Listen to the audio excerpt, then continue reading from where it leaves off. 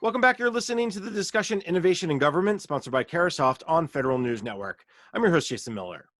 My guest today is Dan Woods, the Vice President of Shape Intelligence Center, Shape Security, now part of F5 Networks. Now, Dan, before break, we're talking about this idea of credential stuffing, getting to understand what that is and why it's such a new threat vector.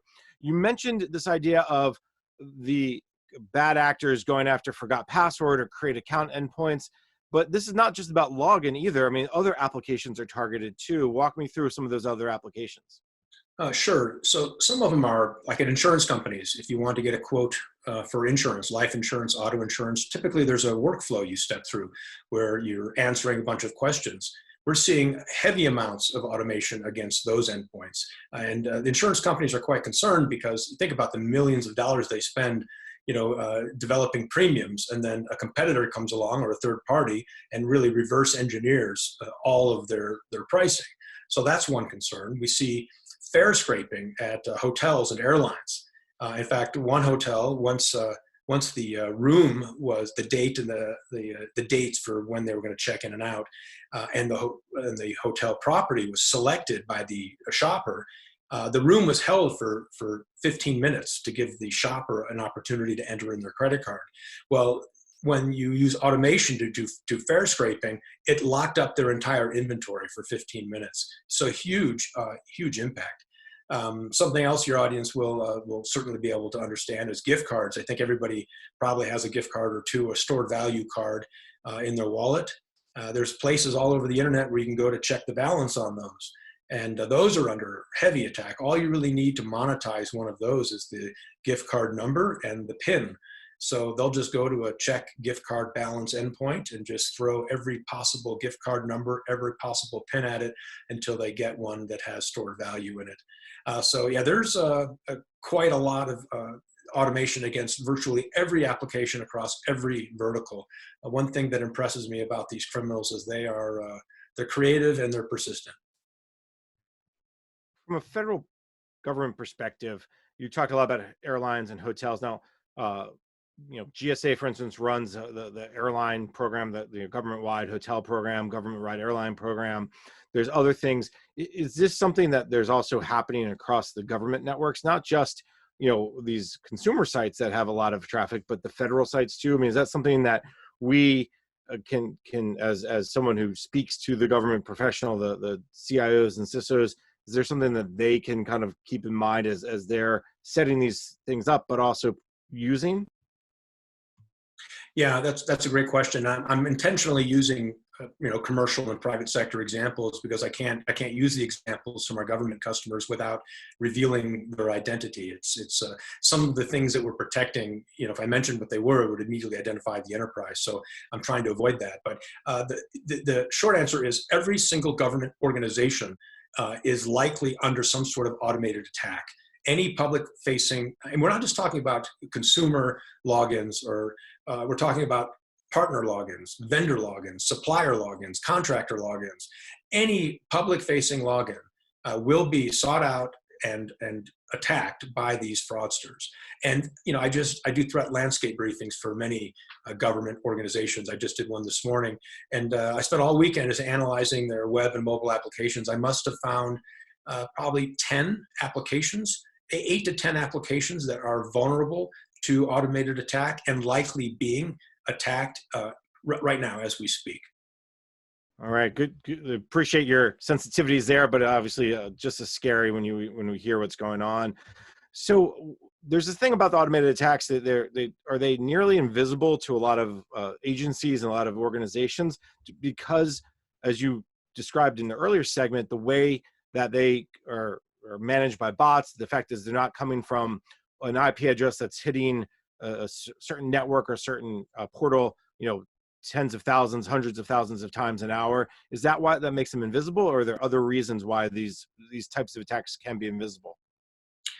The best way for me to answer that is to talk about how attackers evolve, because they don't retool, they don't become more sophisticated unless they have to. There's just no reason to spend time, money, resources developing a better, more sophisticated tool if you're not being mitigated.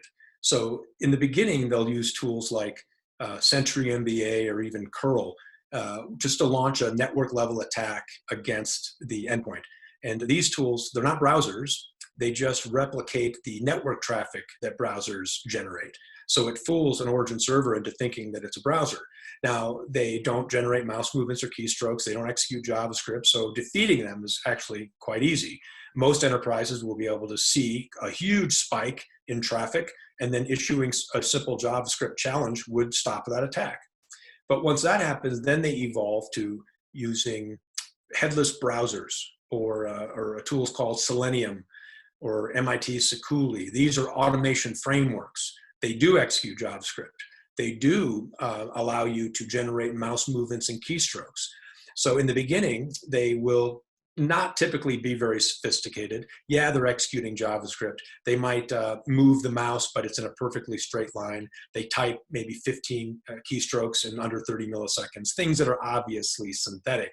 But if you don't mitigate them, then that's all they're going to do. And they can launch large volume attacks. As soon as you mitigate them, then they retool. They become better at imitating humans. They started adding entropy to their mouse movements and their keystrokes. In the beginning, they're not very good at it, but if you continue to mitigate them, they continue to evolve and they continue to get much, much better at it. Eventually, if they have no success at doing any of it, if they're not successful at all, by going through this evolution and they're never able to successfully launch an attack, that's when they resort to human-enabled, human-powered attacks where they're using human click farms. We're talking about dozens, hundreds, or even more than 1,000 humans sitting in some facility somewhere, or maybe all working remotely, but they are engaged in the same sort of attack traffic. So that's how the attackers evolve. Now, being able to identify the attack is one thing. Being able to prevent the attack is an entirely different thing. Many security operations centers can see the 30x spike in traffic. They see it. They know they're under attack. But typically they'll start trying to block it by IP address or by user agent or by country or by autonomous system. Well, these are things that attackers can change very, very quickly. So they retool very, very quickly. So seeing the attack is one thing. Blocking it is entirely different. Once you've mitigated attackers over and over and over again, and they reach kind of the peak of sophistication, that's when they're invisible to the current enterprises. They're just invisible. They're coming from a million IP addresses, 10 or 15, maybe 20 transactions from each. Nothing about them appears synthetic. They look human. There's entropy in their mouse movements or keystrokes, but we can typically find them for one reason. The bad actor is trying to blend in with the noise, but he has no idea what the noise looks like. That's why we're always going to continue to win. We collect a lot of signals about everything inside the browser, everything maybe in the device, and we're looking for lies. We're looking for any inconsistencies, and so far we've been very successful finding them. Dan, you've officially scared me. I'm never going to a website ever again, right? Because everything I go to feels like I'm going to get my password taken. So what can agencies do? What can organizations do to really protect themselves? I mean, is this all two-factor authentication? Is there more? No, actually, two-factor authentication has a really important use, but it needs to be used sparingly. You don't want to just force 2FA across every single person who's logging in. That just creates too much friction. You want conditional 2FA. You want, there's something unusual, something suspicious about this transaction. Let's trigger a second factor of authentication. We see a lot of enterprises trying to use CAPTCHA, but there's a lot of third-party companies who will they have human click farms that solve CAPTCHAs all day long. One of them is TwoCAPTCHA in Russia.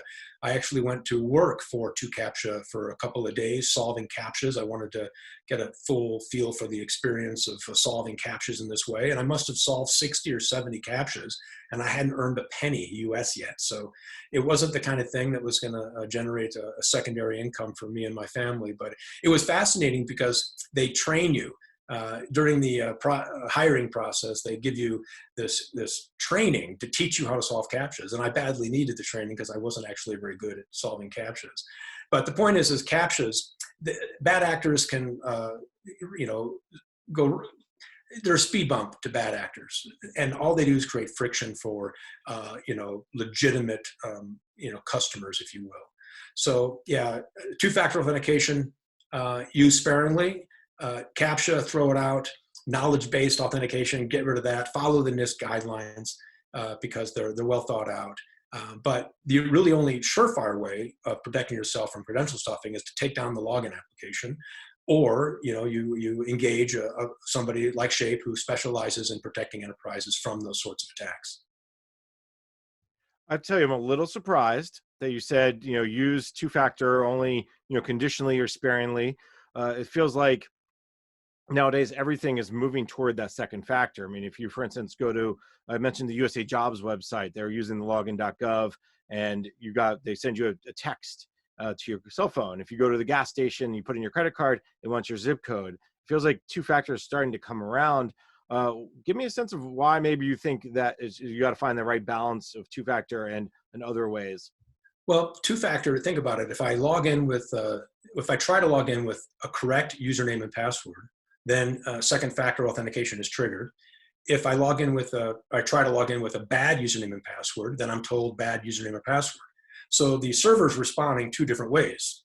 And as an attacker, that's the answer I'm looking for. A credential stuffing attack isn't about getting into the account. It's about verifying credentials. Now that I've verified the credentials, now I can sell those to somebody who specializes in how to get that second factor authentication. There are people who are quite good at getting access to text messages or SMS, or they're quite good at social engineering the second factor authentication. So we do think that second factor authentication certainly makes ATO harder, but doesn't always have an impact on credential stuffing, because the origin server still responds in a way that tells the attacker whether or not the username and password were correct. And it just creates a lot of friction. There's a lot of cost associated with it. And if you could have the same level of security without that level of friction, then I think most enterprises would opt for that. There's definitely times when I feel like that second factor is just a roadblock. Absolutely. But I understand at the same time, it's important. There are things that are important about it. Dan, we're just about out of time. Before I let you go, I wanted to bring up one other piece to this discussion, which is the role of artificial intelligence, machine learning, because you hear a lot about that when it comes to cybersecurity. How do you see those two emerging technologies really helping agencies protect themselves and organizations deal with whether it's credential stuffing or other types of attacks? I have somewhat of a controversial opinion on AI and ML, because every time a vendor uses those phrases, I roll my eyes. To me, they overuse it, they misuse it, and if they could just throw in the term blockchain, it'd be the trifecta. The fact is, Shape is quite good at AI ML. We were in the top 100 according to Fortune in the world, so we're quite good at it. But the fact is, AI and ML is not ready to make real-time determinations, real-time decisions on behalf of looking at signals and whether or not to block somebody. Now, it's quite good at firing off alerts, but you have to have humans who are going to look at those alerts and make sure that it's AI and ML is making good decisions. Otherwise, it's not going to improve. It's not going to get better. So the idea that somebody's going to throw some AI and ML system at it, look, that's not. I wouldn't count on that. You need humans. You need carbon units to weed out any false positives and false negatives. All right, very good. I know we could delve into that a little deeper, but unfortunately we're out of time. So let me thank my guest, Dan Woods, the Vice President of Shape Intelligence Center, Shape Security, now part of F5 Networks. Dan, thank you so much for taking the time today. Thank you, Jason. You've been listening to the discussion Innovation in Government, sponsored by Carahsoft on Federal News Network. For more on this discussion, visit federalnewsnetwork.com and search innovation.